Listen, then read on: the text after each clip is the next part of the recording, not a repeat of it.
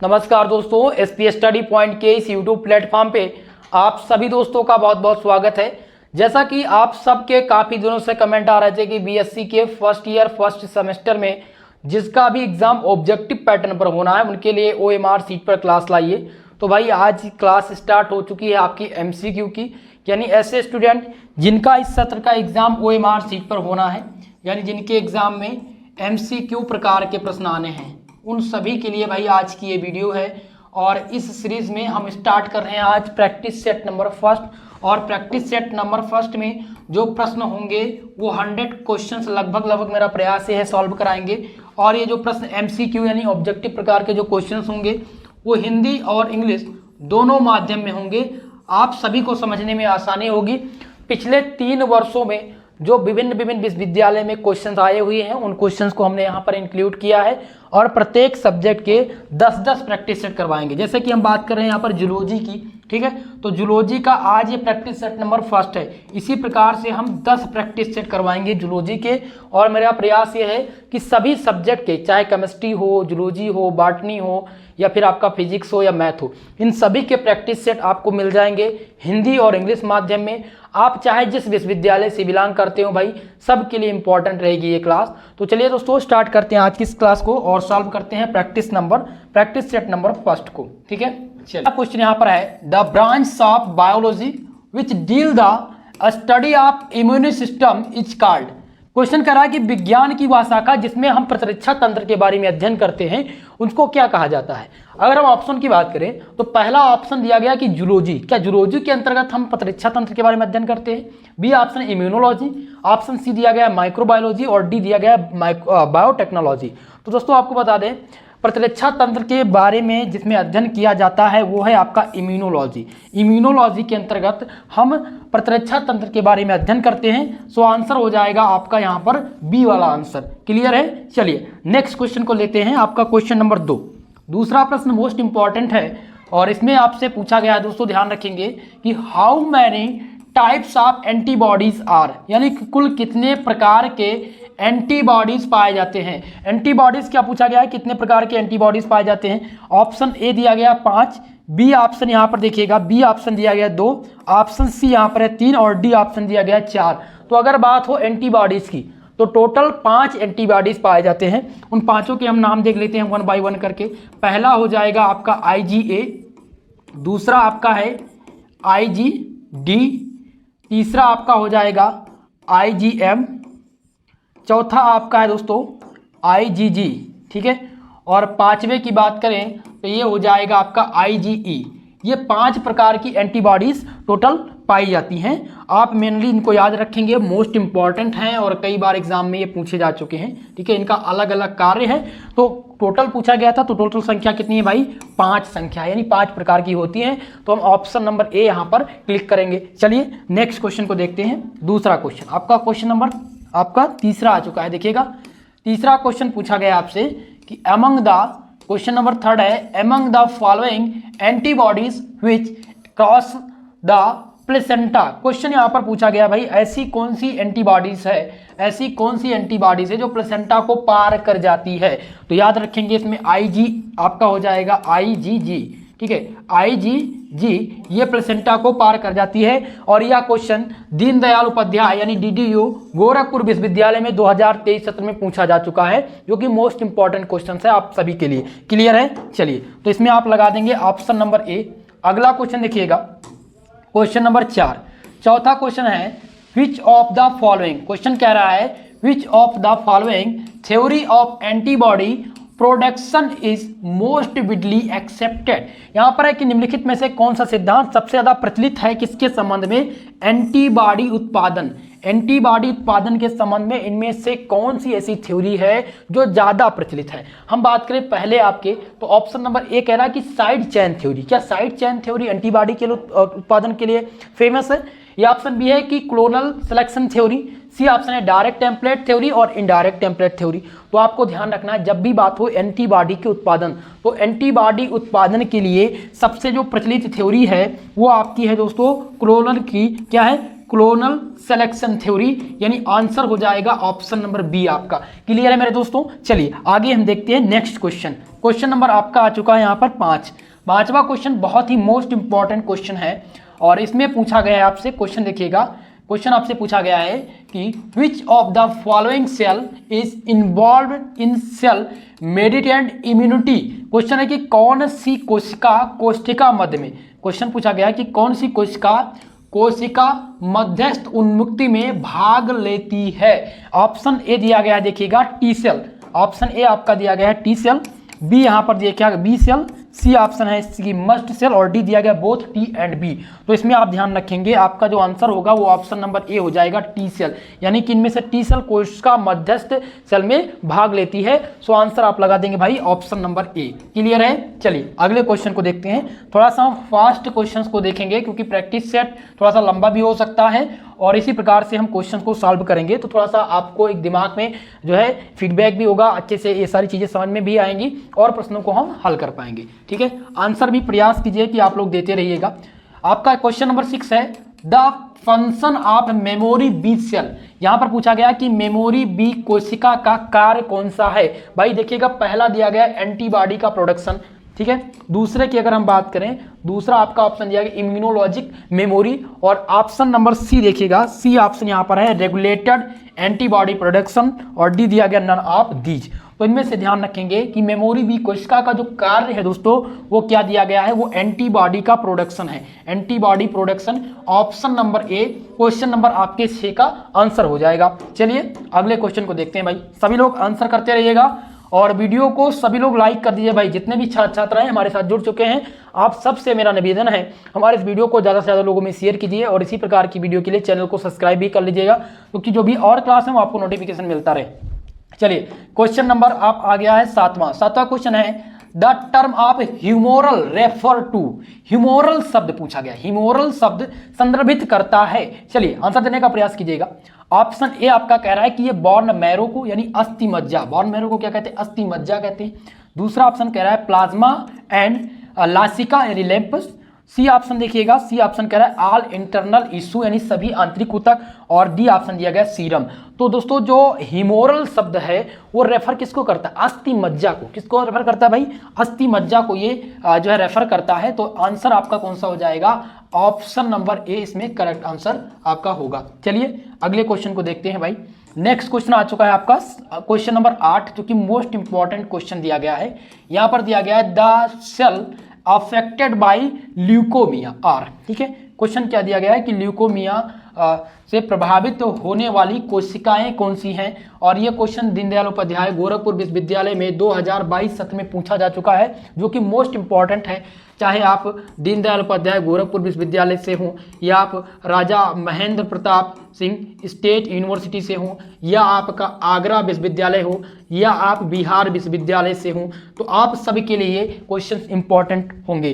तो यहाँ पर पूछा गया था कि ल्यूकोमिया जो है प्रभावित होने वाली जो कोशिका, ल्यूकोमिया से प्रभावित होने वाली कोशिका कौन सी है। तो भाई यहाँ पर आप ध्यान रखेंगे, यहाँ पर आपका बी ऑप्शन सही हो जाएगा। ठीक है, यानी कि ल्यूकोसाइट्स, ये आपका आंसर हो जाएगा बी वाला करेक्ट उत्तर। चलिए अगले क्वेश्चन को लेते हैं। क्वेश्चन नंबर आपका 9 आ चुका है जो कि मोस्ट इंपॉर्टेंट क्वेश्चन है और इसमें पूछा गया है क्वेश्चन आपसे 9 नंबर क्वेश्चन को ध्यानपूर्वक देखिएगा आप सभी लोग। क्वेश्चन है the term of chromosomes was coined by. Chromosome शब्द का प्रयोग सर्वप्रथम किया गया था।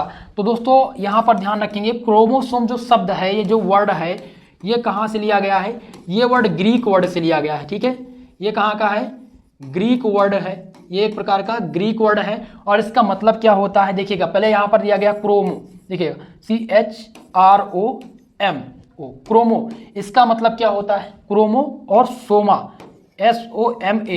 ठीक है, क्रोमोसोमा। तो सोमा का मतलब क्या होता है भाई, कलर होता है। इसका मतलब क्या होता है, कलर होता है। ध्यान रखिएगा, क्रोमा, माफ कीजिएगा, क्रोमा का जो मतलब होगा वो कलर होगा। ठीक है, यहां पर ध्यान रखेंगे कलर, और सोमा का मतलब हो जाएगा आपका बॉडी।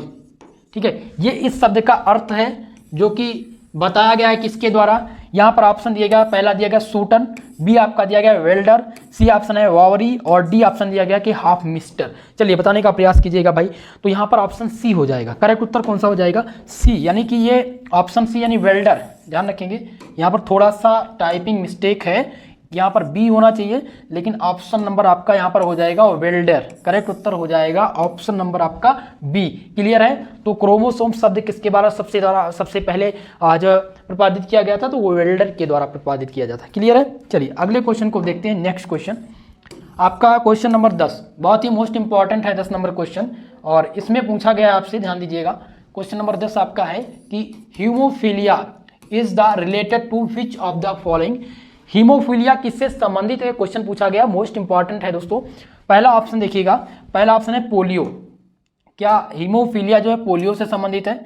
बी ऑप्शन दिया गया है कैटरेक्स, सी दिया गया है ट्यूमर और डी दिया गया है कि कलर ब्लाइंडनेस यानी रंगहीनता। तो जब भी हीमोफीलिया की बात हो तो ये रंगहीनता से संबंधित है। किससे संबंधित है? रंगहीनता से। तो आपका सही आंसर कौन सा हो जाएगा भाई? डी ऑप्शन यहाँ पर करेक्ट उत्तर हो जाएगा। बढ़ते हैं नेक्स्ट क्वेश्चन हम देखते हैं, क्वेश्चन नंबर 11।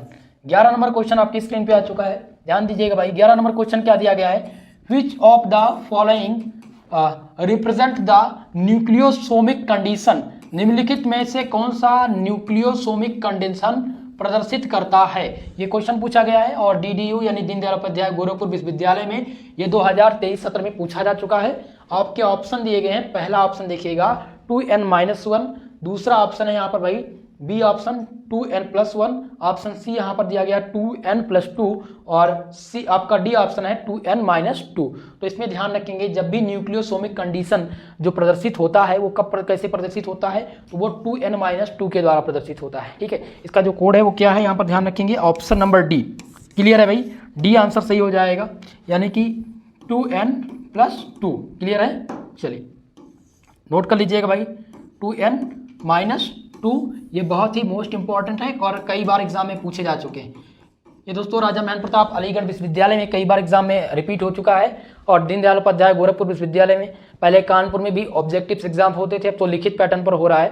ठीक है, इसी प्रकार से वीर बहादुर पूर्वांचल विश्वविद्यालय में, MJPRU विश्वविद्यालय में यहाँ पर पूछा जाता था, लेकिन अब रिटर्न एग्जाम हो रहा है। इस बार दीनदयाल उपाध्याय गोरखपुर विश्वविद्यालय। बाकी हम बात करें तो आपका राजा महन प्रताप अलीगढ़ विश्वविद्यालय हो गया, फिर माँ सुकाम्बरी या फिर आगरा विश्वविद्यालय। ठीक है, यहाँ पर ऑब्जेक्टिव एग्जाम्स हो रहे हैं, कुछ बिहार विश्वविद्यालय में भी हो रहे हैं, तो उनके लिए भी इंपॉर्टेंट होगा। चलिए अगले क्वेश्चन की तरफ बढ़ते हैं। क्वेश्चन नंबर आपका 12 यहाँ पर आपकी स्क्रीन पे आ चुका है और 12 नंबर क्वेश्चन को देखिएगा, पूछा गया है यहाँ पर कि which of the following protein is not found in membrane of RBC।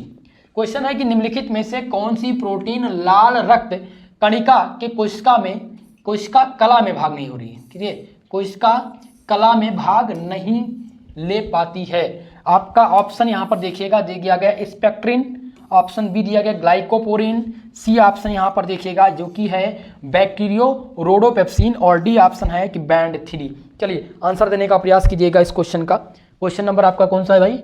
ध्यान रखेंगे 12 नंबर क्वेश्चन।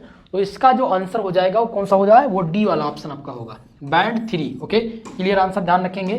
तो जब भी पूछा जाए कि निम्नलिखित में से कौन सा प्रोटीन लाल रक्त कणिका के कोशिका कला में नहीं पाई जाती है, कोशिका कला में नहीं पाई जाती है, तो बैंड 3 नहीं पाई जाती है। बाकी स्पेक्ट्रिन, ग्लाइकोपोरिन और बैक्टीरियो रोडोपेप्सिन ये तीनों पाया जाता है किसमें? ये प्रोटीन के लाल रक्त कणिका में पाई जाती हैं, लेकिन बैंड 3 नहीं पाया जाता। तो यहाँ पर आंसर आपका हो जाएगा डी वाला आंसर। चलिए अगले क्वेश्चन को देखते हैं। नेक्स्ट क्वेश्चन आ चुका है आपका क्वेश्चन नंबर 13 नंबर क्वेश्चन, ध्यान दीजिएगा, फटाफट से आंसर देने का प्रयास कीजिएगा आप सभी लोग।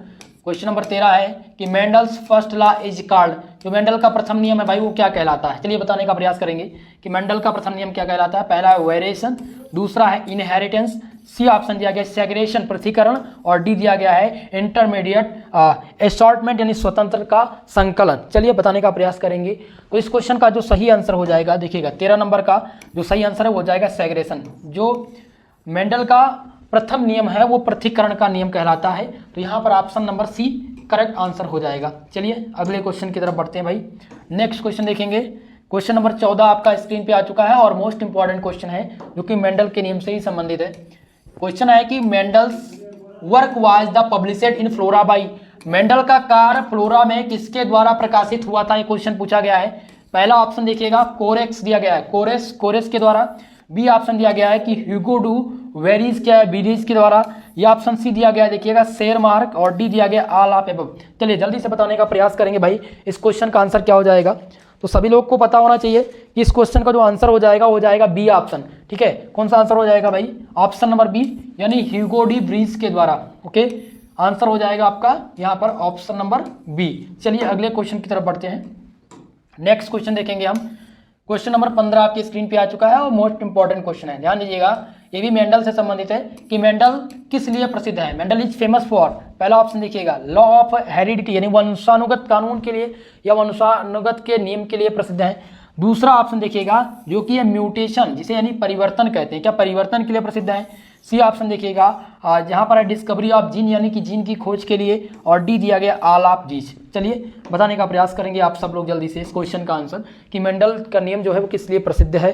तो आप लोग ध्यान रखेंगे कि इनको जेनेटिक्स का फादर कहा जाता है, ये फादर साहब जेनेटिक्स भी कहलाते हैं। और जो इसका सही आंसर हो जाएगा वो हो जाएगा लॉ ऑफ हेरिडिटी यानी वंशानुगत नियम के लिए इनको जाना जाता है। ठीक है, मेंडल को किसके नियम से किसके लिए जाना जाता है, लॉ ऑफ हेरिडिटी यानी वंशानुगत कानून के लिए। क्लियर है। चलिए अगला क्वेश्चन देखेंगे हम।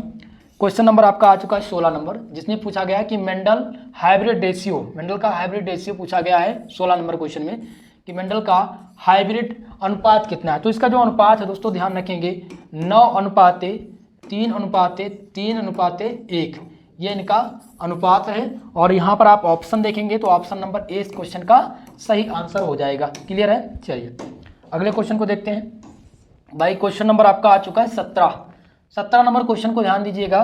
क्वेश्चन क्या है कि the branch of biology dealing with heredity is called, यानी जीव विज्ञान की वह शाखा जिसमें अनुवांशिकी के बारे में हम अध्ययन करते हैं उनको क्या कहा जाता है, ये क्वेश्चन पूछा गया है। ठीक है, और इस क्वेश्चन में देखिएगा ऑप्शन आपका दिया गया है, पहला ऑप्शन हम देखेंगे तो है यूजेनिक्स, दूसरा दिया गया जेनेटिक्स, सी ऑप्शन है इकोलॉजी, और ऑप्शन नंबर डी दिया गया इवोल्यूशन। चलिए बताने का प्रयास करेंगे भाई कि जीव विज्ञान की किस शाखा में अनुवांशिकी के बारे में अध्ययन करते हैं। ठीक है, 17 नंबर क्वेश्चन है, बहुत ही मोस्ट इंपॉर्टेंट है।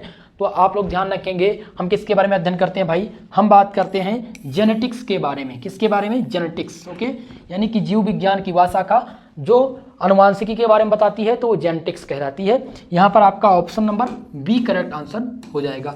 चलिए अगले क्वेश्चन को देखते हैं। नेक्स्ट क्वेश्चन देखिएगा क्वेश्चन नंबर 18 जो कि मोस्ट इंपॉर्टेंट है। 18 नंबर क्वेश्चन को देखिएगा। क्वेश्चन यहाँ पर कह रहा है कि the term gene was first use by, यानी जीन शब्द का प्रयोग सर्वप्रथम किसने किया था, जीन शब्द का प्रयोग सर्वप्रथम किसने किया था। आपका ऑप्शन यहाँ पर देखिएगा ए दिया गया है कि मेंडल ने किया था, बी ऑप्शन है कि बेटसन, सी ऑप्शन है जॉनसन, और ऑप्शन नंबर डी कह रहा है यहाँ पर कि क्यूवियर ने किया था। तो आपको बता दें जीन शब्द का सर्वप्रथम प्रयोग किसने किया था, तो वो जॉनसन ने किया था। किसने किया था भाई, जॉनसन ने किया था। तो यहाँ पर जो करेक्ट उत्तर हो जाएगा आपके क्वेश्चन नंबर 18 का आंसर हो जाएगा ऑप्शन नंबर सी यानी कि जॉनसन। क्लियर है, ऑप्शन नंबर आपका सी यहाँ पर सही है भाई, ध्यान रखेंगे ऑप्शन नंबर सी जॉनसन सही है। जब भी आपसे पूछा जाए कि जीन शब्द का प्रयोग सर्वप्रथम किसने किया था तो आप लोग क्या लगाएंगे, जॉनसन टिक करेंगे। चलिए अगले क्वेश्चन को बढ़ते हैं। नेक्स्ट क्वेश्चन देखेंगे। क्वेश्चन नंबर 19 आपकी स्क्रीन पे आ चुका है जो कि मोस्ट इंपॉर्टेंट क्वेश्चन है। और ये क्वेश्चन कह रहा है कि father of experimental genetics is, यानी प्रायोगिक अनुवांशिकता है उसका पिता किसको कहा जाता है। आपके ऑप्शन दिए गए हैं, पहला देखिएगा, पहला ऑप्शन है कि जीजे मेंडल यानी जीजे मेंडल को कहते हैं, या ऑप्शन नंबर बी दिया गया है बैटसन, सी ऑप्शन है टी.एच. मॉर्गन, और डी ऑप्शन है ए.जी. गैरोड। चलिए बताने का प्रयास करेंगे भाई क्वेश्चन नंबर 20 का आंसर, और बहुत ही महत्वपूर्ण है ये 19 नंबर क्वेश्चन आपका। तो यहाँ पर जो क्वेश्चन इसका आंसर हो जाएगा वो कौन सा हो जाएगा, ध्यान रखेंगे टी.एच. मॉर्गन। ठीक है, प्रायोगिक अनुवांशिकता का जो पिता कहा जाता है वो टी.एच. मॉर्गन को कहा जाता है। यहाँ पर आंसर आपका हो जाएगा कौन सा भाई, सी वाला आंसर सही उत्तर हो जाएगा टी.एच. मॉर्गन। क्लियर है। चलिए अगले क्वेश्चन को देखते हैं। क्वेश्चन नंबर 20 नंबर क्वेश्चन आ चुका है और इसका आंसर आप सब करने का प्रयास करेंगे भाई। जितने भी छात्राएं देख रहे हैं हमारे इस वीडियो को, प्रयास ये कीजिए कमेंट बॉक्स में कमेंट करके इसका आंसर भी देते रहिए। क्वेश्चन आपका यहाँ पर है 20 नंबर, जिसमें है कि total number of autosomal in human, मनुष्य में ऑटोसोमल की कुल संख्या कितनी पाई जाती है। पहला ऑप्शन है 23 पेयर, तो बिल्कुल नहीं होगा, 22 पेयर। ठीक है भाई, अगर मनुष्य की बात करें ऑटोसोमल की संख्या जो होगी वो 22 होगी। अगर लेकिन टोटल इसमें पूछा जाता, ठीक है, टोटल पूछा जाता तो 44 है। ईच पेयर यानी कि 22 होगा, और टोटल पूछा जाएगा जब टोटल आपसे पूछा जाता तो क्या हो जाता 44। लेकिन अगर ईच पूछा गया प्रत्येक में, तो प्रत्येक में पाया जाएगा कितना 22। तो यहाँ पर आंसर कौन सा हो जाएगा, ऑप्शन देखेंगे बी वाला आंसर हो जाएगा आपका, क्योंकि यहाँ पर क्या मिला है 22 पेयर यहाँ पर दिया गया है। क्लियर है। चलिए तो आपका आंसर हो जाएगा यहाँ पर बी नंबर। अगला देखिएगा क्वेश्चन नंबर 21 की तरफ चलेंगे भाई। 21 नंबर क्वेश्चन, सभी लोग प्रयास कीजिए, आंसर भी करते रहिए। और 21 नंबर क्वेश्चन यहाँ पर है कि मिल्क प्रोडक्शन इज इन कैटलिस, यानी पशुओं में जो दुग्ध का उत्पादन है वो क्या कहलाता है। ये दीनदयाल उपाध्याय DDU 2022 में एक पूछा गया क्वेश्चन है। और यहाँ पर पहला ऑप्शन दिया गया है कि सेक्स लिंकेड, बी ऑप्शन दिया गया सेक्स इन्फ्लुएंसेड, और सी ऑप्शन देखिएगा इसमें दिया गया सेक्स लिमिटेड। तो ध्यान रखेंगे इसमें जो सही आंसर हो जाएगा बोथ ए एंड बी हो जाएगा। ठीक है, बोथ ए एंड बी आपका यहाँ पर सही आंसर है। सही। अब यहाँ पर ऑप्शन की बात करें तो डी वाला ऑप्शन आप लगाएंगे। क्लियर है। चलिए अगले क्वेश्चन को देखते हैं भाई। 20 नंबर क्वेश्चन को हमने सॉल्व कर लिया। क्वेश्चन नंबर 22 आपके स्क्रीन पे आ चुका होगा। और 22 नंबर क्वेश्चन यहाँ पर है कि डाउन सिंड्रोम किस तरह की बीमारी है। बहुत इंपॉर्टेंट क्वेश्चन है, ध्यान दीजिएगा। क्वेश्चन क्या दिया गया है कि what kinds of diseases down syndrome is. पहला ऑप्शन कह रहा है कि सेक्स लिंकेड। क्या सेक्स लिंकेड ये एक प्रकार की बीमारी है। दूसरा ऑप्शन देखिएगा बी वाला जो कि है ऑटोसोमल, और सी ऑप्शन दिया गया कि विषाणु से जनित, और डी ऑप्शन है बैक्टीरिया यानी जीवाणु के द्वारा। तो चलिए आंसर देने का प्रयास करेंगे कि डाउन सिंड्रोम किस तरह की बीमारी है। ठीक है, तो आप लोग ध्यान रखेंगे कि जो डाउन सिंड्रोम है दोस्तों, वो जो बीमारी है वो एक प्रकार के ऑटोसोमल बीमारी है। क्या है दोस्तों, ऑटोसोमल बीमारी है। यानी ऑप्शन नंबर आपका बी वाला यहाँ पर करेक्ट उत्तर हो जाएगा। क्लियर है। चलिए अगले क्वेश्चन को देखते हैं। नेक्स्ट क्वेश्चन आपका है क्वेश्चन नंबर 23 नंबर क्वेश्चन देखिएगा। क्वेश्चन यहाँ पर पूछा गया है कि haploid set of chromosomes is called, यानी गुणसूत्रों के अगुणित समुच्चय को क्या कहते हैं। पहला ऑप्शन देखेंगे इनको क्या प्रोटियोम कहते हैं या फिर जीनोम कहते हैं। सी ऑप्शन देखेंगे जीनोमिक्स, और डी ऑप्शन है जीन। चलिए आंसर देने का प्रयास करेंगे कि गुणसूत्र में अगुणित समुच्चय जो है उनको क्या कहा जाता है। तो ध्यान रखेंगे मेरे प्यारे दोस्तों, इनको क्या कहा जाता है, जीनोम कहा जाता है। ठीक है, कौन सा ऑप्शन सही हो जाएगा, आप लगाएंगे ऑप्शन नंबर बी पर, यानी जीनोम। ओके, बी ऑप्शन इस क्वेश्चन का करेक्ट उत्तर है, सही जवाब है। चलिए अगले क्वेश्चन को देखते हैं। क्वेश्चन नंबर आपका 24 आ चुका है। और 24 नंबर क्वेश्चन को देखेंगे कि पूछा गया है आपसे 24 number question, who is the father of genetics, अनुवांशिकी का पिता किसे कहा जाता है। बहुत ही मोस्ट इंपॉर्टेंट क्वेश्चन है ये दोस्तों, कई बार एग्जाम में बन चुके हैं, इनको आप ध्यान रखेंगे। अगर हम बात करें DDU यानी दीनदयाल उपाध्याय गोरखपुर विश्वविद्यालय की, राजा महेंद्र प्रताप स्टेट यूनिवर्सिटी जिसे अलीगढ़ विश्वविद्यालय के नाम से आप लोग जानते होंगे, आगरा विश्वविद्यालय और बिहार विश्वविद्यालय। ठीक है, यहाँ पर ये क्वेश्चन बहुत ही बार पूछे जा चुके हैं सभी विश्वविद्यालय में। तो ये इंपॉर्टेंट है कि अनुवांशिकी का पिता किसको कहा जाता है। पहला ऑप्शन देखेंगे तो ये गाल्टन दिया गया है, बी ऑप्शन दिया गया वाटसन, सी है मॉर्गन, और डी दिया गया मेंडल। तो मुझे आशा है कि आप सब इसका आंसर दे पाएंगे कि अनुवांशिकी का जो फादर है वो किसको कहते हैं। चलिए बताने का प्रयास कीजिएगा भाई। मेंडल को ही क्या कहा जाता है, अनुवांशिकी का फादर कहा जाता है। तो आंसर आप कर देंगे डी वाला आंसर यहाँ पर सही आंसर लगाएंगे। चलिए अगले क्वेश्चन को देखते हैं। 25 नंबर क्वेश्चन। क्वेश्चन नंबर 25 है कि रंगहीनता किस प्रकार की बीमारी है। मोस्ट इंपॉर्टेंट क्वेश्चन आ चुका है, देखिएगा रंगहीनता किस प्रकार की बीमारी है क्वेश्चन है।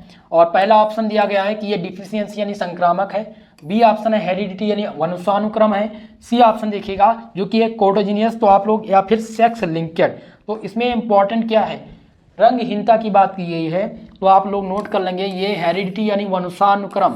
ये क्या है दोस्तों, वंशानुक्रम रोग है। 25 नंबर का जो आंसर हो जाएगा वो ऑप्शन नंबर बी आपका करेक्ट उत्तर होगा। और ये क्वेश्चन दोस्तों बहुत ही महत्वपूर्ण है, दीनदयाल उपाध्याय गोरखपुर विश्वविद्यालय में 2022 की परीक्षा में ये पूछा जाने वाला क्वेश्चन रहा है, तो इंपॉर्टेंट होगा। अगले क्वेश्चन की तरफ बढ़ेंगे हम।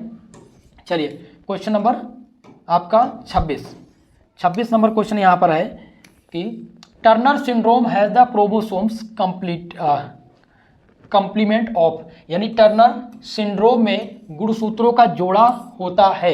बहुत ही महत्वपूर्ण है। तो जब बात हो टर्नर सिंड्रोम की, तो इसमें जो गुणसूत्र का जोड़ा होता है वो XO होता है। ठीक है, तो यहाँ पर हम कौन सा ऑप्शन लगा देंगे, डी वाला ऑप्शन टिक करेंगे, सही ऑप्शन। ठीक है, चलिए अगले क्वेश्चन को हम देखते हैं। क्वेश्चन नंबर 27 नंबर क्वेश्चन आ चुका है आपकी स्क्रीन पे, ध्यान दीजिएगा सभी लोग। 27 नंबर क्वेश्चन है कि जॉइंडिस इज कॉज्ड बाय, यानी दिया गया कि पीलिया किसके कारण होने वाला रोग है। बहुत ही महत्वपूर्ण क्वेश्चन आ चुका है, पीलिया किसके कारण होता है। ऑप्शन ए आपका दिया गया शुगर का मांस, तो बिल्कुल नहीं होगा इसमें। दूसरा दिया गया है कि एक्सेसिव शुगर यानी अत्याधिक चीनी, ये भी नहीं होगा इसमें। यहाँ पर है देखिएगा दूषित पानी दिया गया है, तो दूषित पानी की वजह से होता है जॉइंडिस यानी कि पीलिया। ऑप्शन नंबर कौन सा हो जाएगा यहाँ पर, सी वाला करेक्ट आंसर देंगे। 28 नंबर क्वेश्चन है कि एड्स है। पहला दिया गया कैंसर, बिल्कुल एड्स कैंसर नहीं होता है। दूसरा है बैक्टीरियल डिसीजेस यानी जीवाणु से जनित रोग है, तो ये जीवाणु जनित रोग नहीं होता है। सी देखिएगा यहाँ पर है कि डिफिशियंसी डिसीज है, तो ये डिफिशियंसी भी डिसीजेस नहीं है। ये वायरस बॉर्न डिसीजेस होता है यानी वायरस जनित रोग होता है। जो एड्स होता है वो कौन सा रोग होता है, तो आप लोग ध्यान रखेंगे ये वायरस जनित रोग होते हैं, यानी ऑप्शन नंबर आपका यहाँ पर डी करेक्ट उत्तर होगा। अगले क्वेश्चन को देखेंगे हम। क्वेश्चन नंबर आपका यहाँ पर आ चुका है 29 नंबर। चलिए 29 नंबर क्वेश्चन को ध्यान दीजिएगा। इसमें पोलियो वायरस क्वेश्चन पूछा गया भाई कि polio virus enter through, polio virus किसके द्वारा जो है इंटर होता है, ये क्वेश्चन दिया गया है। ध्यान रखेंगे जो पोलियो वायरस है वो किसके द्वारा इंटर करता है, प्रवेश करता है। पहला ऑप्शन देखेंगे फूड एंड वाटर, यानी कि ये भोजन और पानी के माध्यम से प्रवेश करता है। दूसरा ऑप्शन दिया गया श्वसन पथ, यानी कि ये रेस्पिरेटरी सिस्टम से। या ऑप्शन सी नंबर देखेंगे जिसमें दिया गया कि मूत्र जननांगी पथ। और डी ऑप्शन कह रहा है कि मच्छर द्वारा टीका, यानी मच्छर के काटने से। तो आप लोग ध्यान रखेंगे कि जो पोलियो जो प्रवेश करता है वो कहाँ से प्रवेश करता है, ये आपके भोजन और पानी। ठीक है, 29 नंबर का जो सही आंसर हो जाएगा वो ऑप्शन नंबर आपका हो जाएगा ए।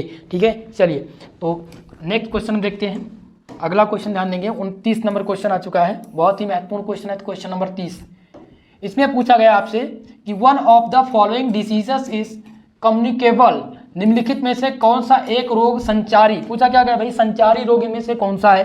पहला ऑप्शन देखेंगे हम कैंसर, कैंसर क्या है, एक संचारी रोग है। दूसरा भी रहेगा कि डायबिटीज, क्या डायबिटीज एक संचारी रोग है, तो ये बिल्कुल संचारी रोग नहीं है, ना ही मधुमेह है और ना रिकेट्स। इसमें आमीबियासिस जो है ये क्या हो जाएगा भैया, ये आपका एक संचारी रोग है, इसलिए आंसर लगा देंगे आप लोग कौन सा, डी वाला आंसर। क्लियर है, चलिए अगला क्वेश्चन देखेंगे।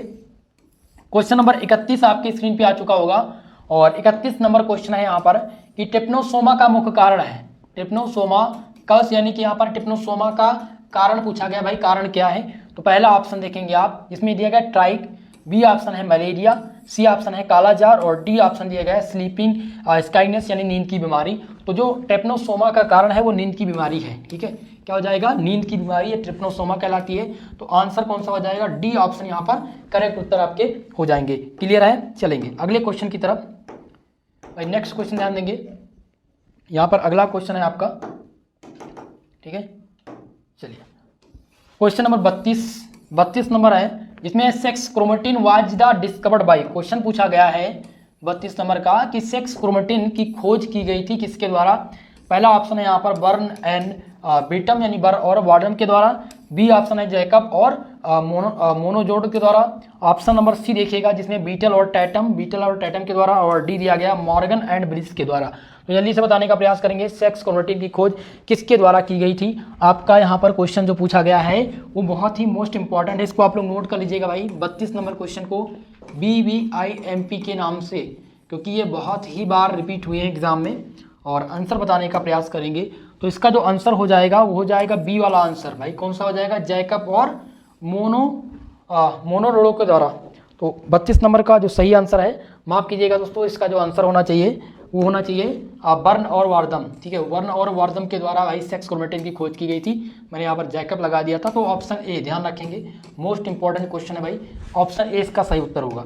अगला क्वेश्चन देखेंगे हम, क्वेश्चन नंबर यहाँ पर 33 है और 33 नंबर क्वेश्चन है कि Mendel is called the father of, Mendel को किसका पिता कहा जाता है, मेंडल को किसका पिता कहा जाता है। तो पहला ऑप्शन है जेनेटिक्स, दूसरा ऑप्शन है टैक्सोनॉमी, सी है पैलिनोबॉटनी और डी दिया गया नन ऑफ दीज। तो ध्यान रखेंगे मेंडल को कहा जाता है जेनेटिक्स का फादर, किसको कहा जाता है, अनुवांशिकी का पिता कहा जाता है। तो आप लोग आंसर कौन सा करेंगे, ए वाला ऑप्शन करेंगे। क्लियर है, चलिए अगले क्वेश्चन को देखते हैं हम। क्वेश्चन नंबर आपका आ चुका है 34 और 34 नंबर क्वेश्चन है कि how many possible genotypes are there for the ABO blood groups, यानी एबीओ रक्त समूहों के लिए कितने संभावित जीनोटाइप हैं, कितने संभव जीनोटाइप हैं, बहुत ही महत्वपूर्ण क्वेश्चन पूछा गया है। तो लगभग इसमें 6 जीनोटाइप के होंगे। कितने जीनोटाइप? 6 जीनोटाइप होंगे। यहाँ पर आंसर हो जाएगा ए वाला, करेक्ट उत्तर हो जाएगा ए। चलिए अगले क्वेश्चन को देखते हैं। नेक्स्ट क्वेश्चन 35 नंबर क्वेश्चन है जो कि मोस्ट इंपॉर्टेंट है दोस्तों। 35 नंबर क्वेश्चन यहाँ पर पूछा गया है कि gametes are never hybrid, this is a statement of law, यानी युग्मक कभी संकर नहीं हो सकते। यह नियम किसने, यह नियम जो है यह बयान किसका है? तो पहला ऑप्शन दिया गया प्रभुत्व का, दूसरा ऑप्शन है सेग्रेशन, और सी ऑप्शन देखेंगे जिसमें दिया गया है कि यह आच्छादित निषेचन की। तो चलिए इसे बताने का प्रयास कीजिएगा। तो इसमें आप ध्यान रखेंगे कि जो भी युग्मक है, युग्मक कभी संकर नहीं हो सकते। ये जो बयान दिया गया था वो अलगाव की प्रक्रिया का बयान है। किसका बयान है भाई? अलगाव प्रक्रिया का बयान है, यानी यहाँ पर सेग्रेशन आपका करेक्ट उत्तर हो जाएगा, ऑप्शन नंबर बी। क्लियर है दोस्तों? तो इतने प्रश्न थे। आज हमने प्रैक्टिस सेट नंबर फर्स्ट में जो प्रयास किया वो 35 क्वेश्चन को सेलेक्ट किया था, लेकिन मेरा प्रयास ये रहेगा कि नेक्स्ट जो आपका प्रैक्टिस सेट नंबर मैं 2 लेकर के आऊँगा, उसमें लगभग 100+ MCQ प्रश्न हों, जो कि आप सबको एक तरीके से एक प्रकार का क्वेश्चन पेपर हर प्रैक्टिस सेट में दिखे। DDU में तो 50 क्वेश्चन आने हैं, बाकी विश्वविद्यालय में 75 और 100 क्वेश्चन आते हैं MCQ मोड में। तो हम प्रयास करेंगे हर प्रैक्टिस सेट में 100 क्वेश्चन को निकल करें और थोड़ा सा फास्ट चलने का प्रयास करेंगे। आप सब लोग भी सहयोग करने का प्रयास कीजिएगा, ठीक है दोस्तों? तो आज की ये क्लास मुझे आशा है कि आप सब लोग थोड़ा सा समझे होंगे। जो भी इंपॉर्टेंट क्वेश्चन थे वो मैंने आप लोगों को कराए हैं। नेक्स्ट वीडियो में इससे भी मोस्ट इंपॉर्टेंट क्वेश्चन मैं लेकर के आऊँगा, और लगभग जितने भी MCQ बनने वाले हैं आपके पूरे पाठ्यक्रम से, उन सभी को हम यहाँ पर सॉल्व करने वाले हैं, क्योंकि लगभग 10 प्रैक्टिस सेट होने वाली है। तो 10 प्रैक्टिस सेट में मुझे आशा है 10 प्रैक्टिस सेट मान लिया तो यहाँ पर 1000 क्वेश्चन हो जाएंगे, यानी लगभग हम 1000 क्वेश्चंस को देखने का प्रयास करेंगे इस लगभग 10 दिनों में। सभी सब्जेक्ट से रिलेटेड हम MCQ आप लोग के लिए लेकर के आएंगे। तो इसी प्रकार से सभी लोग सपोर्ट बनाए रहेगा। और दूसरी बात दोस्तों, अगर आपको PDF नोट्स चाहिए, जैसे कि बहुत सारे स्टूडेंट ऐसे हैं जिनको PDF चाहिए, ठीक है, तो PDF नोट्स के लिए आपको क्या करना है, टेलीग्राम चैनल ज्वाइन करना होगा। टेलीग्राम चैनल लिंक का है SP स्टडी पॉइंट। आप लोग जाइए टेलीग्राम पर और सर्च कीजिए SP स्टडी पॉइंट। आप लोग जब सर्च करेंगे SP स्टडी पॉइंट तो आपको टेलीग्राम के सर्च बार में सर्च करना है और आपको चैनल मिल जाएगा, जहां से आप लोग बिल्कुल फ्री में सभी PDF नोट्स को प्राप्त कर सकते हैं। इनके आंसर शीट भी मैं आपको प्रोवाइड करा दूंगा और वो आपको और आसानी रहेगी, ठीक है दोस्तों? तो आज के लिए बस इतना ही, मिलते हैं किसी नेक्स्ट वीडियो में। तब तक के लिए जय हिंद, जय भारत।